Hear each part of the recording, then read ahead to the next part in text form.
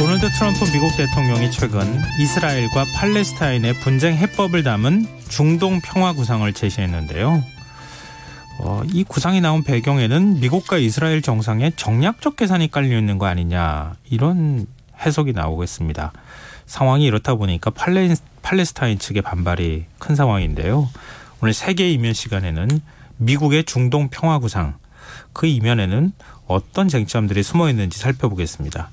외신캐스터 전주현 씨 나오셨습니다. 안녕하세요. 네, 안녕하세요. 네, 일단 우리가 코로나19 때문에 네. 다른 뉴스에 잘 눈길이 안 가거든요. 네네. 중동 평화 구상이 어떤 건지부터 좀 설명을 해주세요. 1월 28일에 트럼프 미국 대통령이 네타냐후 이스라엘 총리랑 같이 중동 평화안을 발표했었습니다. 네. 예루살렘을 이스라엘 수도로 정하고요. 요르단강 서안의 정착촌을 이스라엘 영토로 인정을 하면서 팔레스타인이 동예루살렘의 국가를 건설하도록 한다. 이게 핵심 내용이었어요. 네. 그러니까 예전에는 그래도 미국 정부가 이스라엘, 팔레스타인 간 분쟁에서 좀 중립을 추구하는 모습을 보였는데 아예 그냥 노골적으로 친이스라엘을 보여줬다, 이런 평가가 나왔습니다.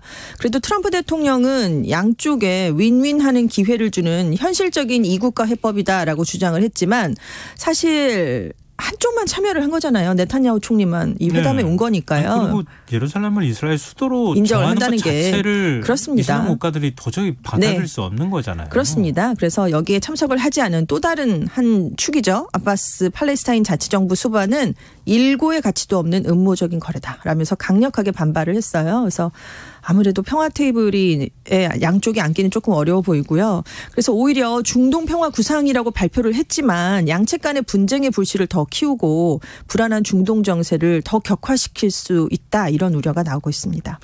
미국은 당초 좀 이렇게 약간 객관적인 입장에서 하려고 노력했잖아요. 그렇습니다. 너무 친이스라엘 이러면은 너무 반발을 많이 하고 중동 쪽에 이슬람 국가들도 그렇고, 그러니까 유대인 정착촌은 국제법에 어긋난다. 네. 가서 그냥 먼저 점령해버린 거나 다름이 없는 그렇습니다. 성격이다. 이렇게 미국은 그동안에 얘기를 해왔는데 이제는 다 합법화해버리겠다. 그렇습니다. 다 인정하겠다, 이런 건가요? 말씀하신 것처럼 미국의 카터 행정부 시절인 1978년에 제정한 법률을 바탕으로 해서 정착촌은 국제법에 부합하지 않는다, 이런 입장을 계속 유지를 해왔거든요.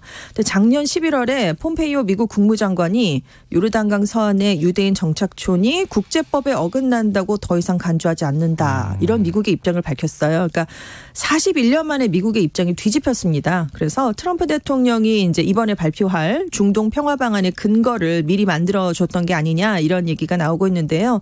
그만큼 미국, 이스라엘이 밀착을 해서 굉장히 오래전부터 이 방안을 준비해왔다, 뭐 이런 얘기도 나오고 있고요. 그리고 뭐 당연히 무장정파 하마스는 물론이고요. 가자 지구를 실질 지배하고 있잖아요. 네. 그리고 아바스 자치정부 수반이 이끄는 정당인 파타도 트럼프 대통령의 중동 평화 구상을 거부한다, 이렇게 나오고 있습니다.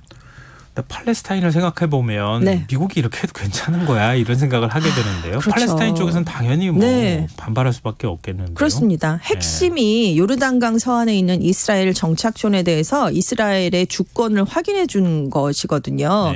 지금 평화하는 요르단강 서안의 30%는 이스라엘, 나머지 70%는 팔레스타인 영토로 배분을 하면서 협상이 진행되는 향후 4년 동안 이스라엘의 정착촌 건설을 동결하도록 하겠다, 이런 내용을 담았습니다. 그래서 트럼프 대통령 측으로서는 팔레스타인 자치정부 영토보다 2배나 더 늘어날 수 있다, 이걸 강조하고 있는데요. 하지만 요르단강 서안을 독립국가의 근거지로 삼겠다라는 게 팔레스타인의 기대거든요. 왜냐하면 이스라엘이 1967년 3차 중동전쟁 이래 서안지구를 점령하면서 지금까지 140여 개의 정착촌을 건설했습니다. 이미 유대인 60만 명이나 여기에 이주를 한 상황이에요. 근데 정착촌마다 무장 세력의 공격을 막는다는 이유를 내세워서 굉장히 높은 분리 장벽을 세웠습니다. 또 군을 보냈죠. 자기들을 지켜야 된다고, 이스라엘 사람들을. 그래서 팔레스타인 사람 수백만 명을 차별하고 위협하는 그런 행태를 보여왔는데요. 트럼프 정부가 뭐 지금 현재 이스라엘이 요르단강 서안을 점령하고 있는 실태를 반영한 것이긴 하지만 이번 조치가 여전히 유엔을 비롯한 국제사회는 이것을 인정하지 않고 있거든요. 그래서 유엔이 이번 평화구상이 발표된 뒤에도 양측이 1967년 이전 경계선에 기초해서 통해서 인정된 국경선 내에서 평화롭고 안전하게 사는 이국가 비전의 실현을 위해 계속 노력할 것이다 라면서 미국의 조치를 우회적으로 비판하기도 했습니다. 또 다른 논란은 말씀하신 것처럼 사실상 예루살렘 전체를 이스라엘 수도로 인정한 점인데요. 네. 이것도 유대교, 기독교, 이슬람교의 성지가 다 있는 곳입니다. 네, 그렇죠. 네, 그래서 누구 하나의 손을 들어줄 수가 없다면서 국제사회도 국제도시다 이렇게 얘기를 하고 있거든요. 근데 지금 팔레스타인한테는 일부 변두리 지역만 배분이 된 거고요. 유대교의 성지가 집결된 구시가지 쪽은 지금 이스라엘 쪽에 넘겨주겠다라는 겁니다. 자세히 살펴보면요. 네. 그렇기 때문에 지금 팔레스타인은 반발을 할 수밖에 없고요. 트럼프 대통령이 예루살렘으로 미국 대사관을 2017년에 이전시켰잖아요. 네, 그때도 굉장히 반발이 심했는데 이번에는 예루살렘을 이스라엘의 완전한 수도로 남게 하겠다 이렇게 얘기를 했기 때문에 굉장히 반발을 더 크게 팔레스타인 측은 할 수밖에 없습니다. 대신에 미국이 제시한 게 있어요. 팔레스타인에게 향후 10년 동안 500억 달러, 우리 돈으로 한 60조 8천억 원을 지원하겠다라는 경제적인 당근책을 내밀었거든요. 네. 그래서 이렇게 될 경우에 팔레스타인의 국내 총생산량이 2배로 높아지고 일자리도 100만 개 늘어나고 실업률도 10% 이하로 낮출 수 있다라고 얘기했지만 아바스 수반은 예루살렘과 우리의 권리는 흥정 대상이 아니다라고 하면서 지금 미래의 영토와 수도를 경제적인 지원과 바꾸지 않겠다는 뜻을 분명하게 나타냈습니다. 근데 이거 어떻게 봐야 되는 거예요? 당근과 채찍을 같이 준 거예요? 그렇습니다. 그런데 이제 팔레스타인 측은 그런 당근책은 필요 없다라면서 거부를 하고 있는 것이죠. 팔레스타인 안에서도 이 정도 금액의 경제적 지원을 하겠다 그러면은 좀 마음이 흔들릴 그렇습니다. 수 있는 가능성이 있잖아요. 그렇습니다. 사람들이 이제 위에 이제 지도자들은 바뀌지 않겠지만 밑에서는 그동안 이 정도로 지원을 해준다는 적이 없었는데 라면서 좀 흔들릴 가능성도 있거든요. 그래서 좀 약간 그래서 밑에서부터 좀 흔들리게 하는 전략을 추구하려는 게 아니냐 이런 얘기도 함께 나오고 있어요. 근데 굳이 미국이 이렇게까지 할 필요가 있나요? 그러니까요. 그래서 지금 중동 평화 구상에 대한 평가가 굉장히 안 좋은데요. 네. 그 국내 정치용이 아니냐 이런 비판이 지금 가장 세게 나오고 있습니다. 왜냐하면 내용은 물론이고요.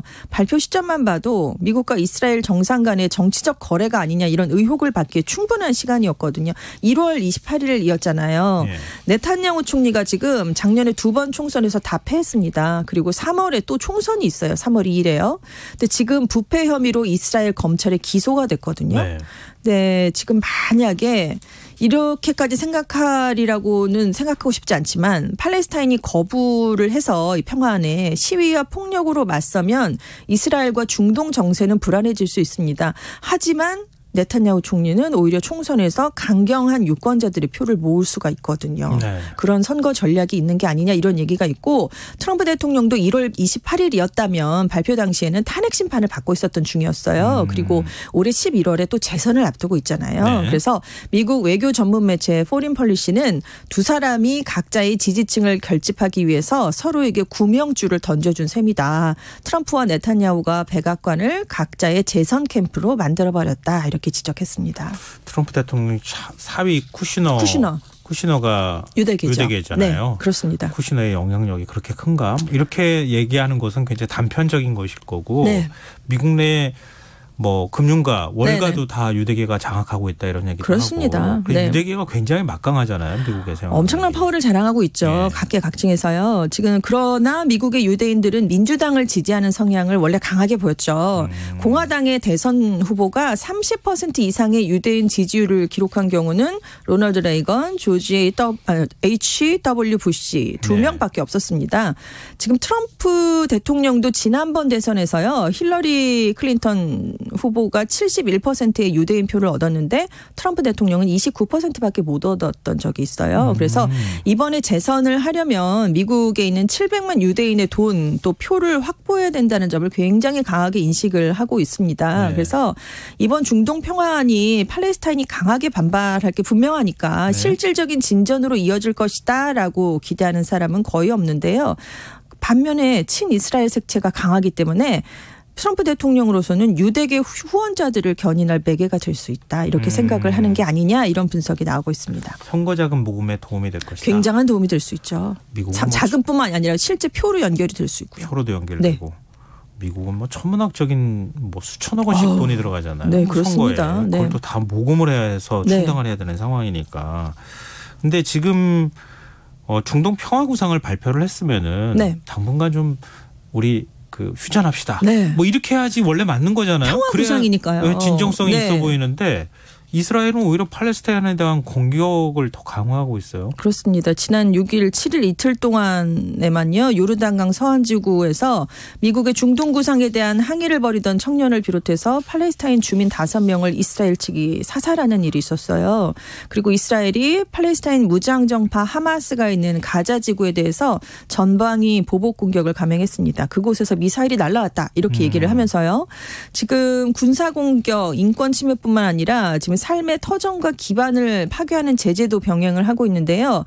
이스라엘 군이 가자지구 공습을 단행한 직후인 10일 오전부터 가자지구 난민촌 농지에 이스라엘 군용차의 호위를 받는 불도저가 들어와서 팔레스타인인들의 경작지를 밀어버렸습니다. 팔레스타인 매체가 보도한 내용인데요. 그리고 이스라엘 일간 하레츠도 이스라엘 정부가 팔레스타인의 농산물 수입을 금지한 데 이어서 제3국으로 수출하는 것까지 봉쇄했다라는 보도를 내놨는데요. 팔레스타인은 서안지구 접경국인 요르단을 통해서 채소랑 과일 등을 수출하는 게 거의 유일한 수입원입니다. 근데 수출을 봉쇄시키면 거의 유일한 돈줄이 끊어지게 되는 셈이죠.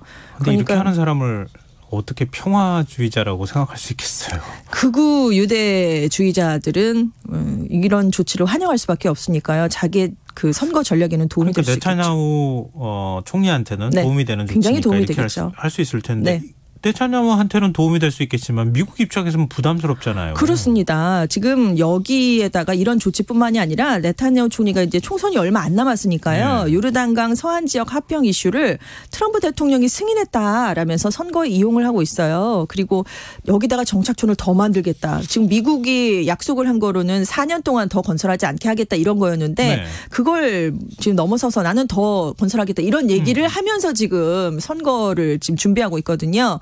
결국 미국이 이스라엘 정부가 추진 중인 요르단강 서안 지역의 합병 절차에 제동을 걸었습니다. 미국과 협의 없이 일방적으로 추진해서는 안 된다라는 입장을 내놨는데요.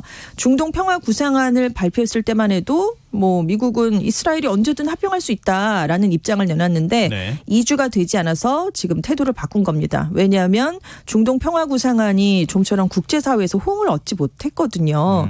거기에다가 네타냐후 총리가 이 합병 사안을 정치적으로 이용하려는 모습을 보이면서 미국이 좀 부담감을 느끼지 않았느냐 이런 해석이 나오고 있습니다. 그 앞과 뒤가 달라가지고. 겉모습과 속마음이 좀 다른 것 같기도 하고.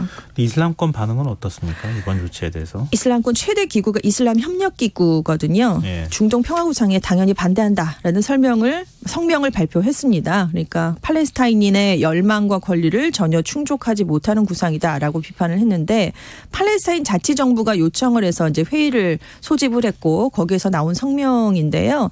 지금 이슬람 협력기구는 4개 대륙 57개국의 회원국입니다. 그래서 UN 다음으로 큰 국제사회의 기구예요. 일단 이슬람 협력기구 쪽은 반대한다 이런 성명을 내놨습니다. 혹시 찬성하는 데는 없습니까? 묘하게 조금 입장이 애매한 곳들이 있어요. 사우디아라비아. 제일 먼저 그렇습니다. 이집트는 워낙 이스라엘과 좀 가까운 모습을 보여왔죠. 아랍에미리트, 바레인, 오만이 트럼프 대통령의 구상을 그래도 좀 긍정적으로 평가하고 있어요. 중동 산유국들이잖아요. 그동안 이스라엘을 비판해 오면서 팔레스타인 지역에 굉장히 꾸준하게 원조를 해오던 나라긴 했습니다. 근데 분쟁이 정말 계속되고 있잖아요. 그래서 이들 나라도 이스라엘과 수교를 좀 할 필요성이 있는데 그것도 좀 곤란해지고 그리고 국내적으로도 자기들도 사정이 안 좋아지면서 그래서 좀 약간 팔레스타인의 손을 조금 놓아버리는 게 아니냐. 그래서 트럼프 대통령의 손을 들어주는 게 아니냐 이런 모습을 보이고 있어요. 그리고 트럼프 대통령하고 그 사위 쿠슈너 고문이 굉장히 아랍 쪽을 끈질기게 설득을 해오는 작업을 벌였습니다. 그래서 트럼프 대통령의 방안을 인정한 것이 아니냐. 그래서 만약에 미국이 미국이 무슨 대가를 준다고 얘기를 하지 않았을까 이런 얘기가 추측이 나오고 있는데 아직 그것이 어떤 것이냐 이것까지는 밝혀지지 않았고요. 특히 맹주가 사우디의 빈살만 왕세자잖아요. 네. 여기도 경제가 안 좋아지면서 비전 2030이라는 국가 개조 계획을 발표해서 프로젝트를 착착 좀 진행하고 있는데 이걸 실현하려면 이스라엘의 안보, 기술, 경제 협력이 시급합니다. 그래서 지금 중동 국가들이 절실하게 원하는 과학기술, 경제 분야에서 이스라엘이 앞서가고 있기 때문에 지금 사우디 외에 다른 국가들이 지금 이스라엘을 바라보고 있다는 얘기인데요. 그래서 지금 트럼프 대통령의 중동 평화 구상이 당장은 뭐 크게 가치나 의미가 없어도 장기적으로는 중동 평화에 도움이 될 수 있는 사건이 될 수 있지 않겠느냐 뭐 이런 얘기도 좀 함께 나오고 있습니다. 너무 한쪽으로 기울어진 사고만 하면 안 되겠군요. 네, 아주 미묘하게 네, 움직이고 물밑에서 있어요. 뭔가가 다른 네. 흐름이 좀 있기는 한데 그래도 이 친서방 정책에 대한 아랍권의 반발이 뭐 워낙 그동안에 반감이 심했잖아요. 네네. 근데 그러면은 좀 이런 이슈 있을 때 이 평화 구상이라고 하지만 좀 더 좋은 방향으로 이렇게 새로운 구상들이 나올 수 있게 네. 아랍 국가들이 좀 나서줘야 되는 거 아닌가요? 그래야 되겠죠. 그런 역할을 아랍 연맹이 해야 됩니다. 근데 너무 무기력하다. 아랍 연맹이 분열돼 있다. 이것이 중동 평화 구상으로 아주 뭐 극명하게 나타났다. 이런 비판들이 지금 나오고 있는데요. 왜냐하면 노골적으로 이스라엘 편만 드는 대책이다라는 얘기가 굉장히 많이 나왔기 때문에 네. 그랬다면 아랍 연맹이 강하게 반발을 하면서 좀 나섰어야 되는데 적극적으로 중재하고 그렇습니다. 근데 아랍 연맹이 구상안이 발표되고 나서 나흘이 지난 후에야 회원국 외교장관 회의를 그때야 열었어요. 그래서 팔레스타인 사람들의 최소한의 권리와 열망도 충족시키지 못하는 안이다라는 비판 성명만 내놨는데 수위가 너무 낮다 이런 얘기가 나오고 있습니다.